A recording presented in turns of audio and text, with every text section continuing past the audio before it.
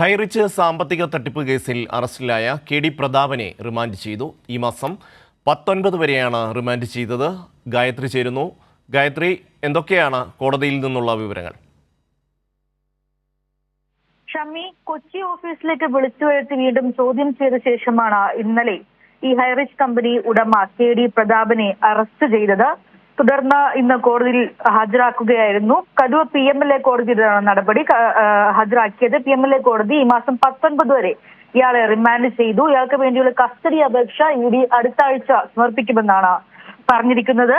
ഈ multi chain മാർക്കറ്റിംഗിലൂടെ കള്ളപ്പണം ഇടപാട് നടത്തിയെന്നാണ് EDയുടെ കണ്ടെത്തൽ. ഈ ഹൈറിച്ച് കമ്പനിയുടെ ഈ കെ.ഡി. പ്രതാപനെയും ഭാര്യ ശ്രീനെയും ദിവസങ്ങളോളം ED ചോദ്യം ചെയ്തിരുന്നു. തുടർന്ന് വീണ്ടും ഈ കൊച്ചിയിലെ ED ഓഫീസിലേക്ക് വിളിച്ചു വരുത്തിയാണ് ഇന്നലെ അറസ്റ്റ് രേഖപ്പെടുത്തിയത്. 1157 കോടി രൂപയുടെ തട്ടിപ്പ് നടത്തിയെന്നാണ് ED കണ്ടെത്തിയിരിക്കുന്നത്. ഈ കേസിൽ 260 കോടിയുടെ സ്വത്തുക്കൾ ED നേരത്തെ മരവിപ്പിച്ചിരുന്നു.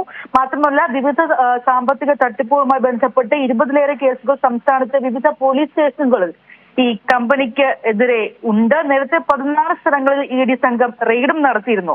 ഇതെല്ലാം കഴിഞ്ഞതിന് ശേഷമാണ് മണിക്കൂറുകളോളം ചോദ്യം ചെയ്തതിനു ശേഷം ഇന്നലെ ED അറസ്റ്റിലേക്ക് കടന്നതും ഇന്ന് ഇയാളെ കോടതിയിൽ ഹാജരാക്കി റിമാൻഡ് ചെയ്തു.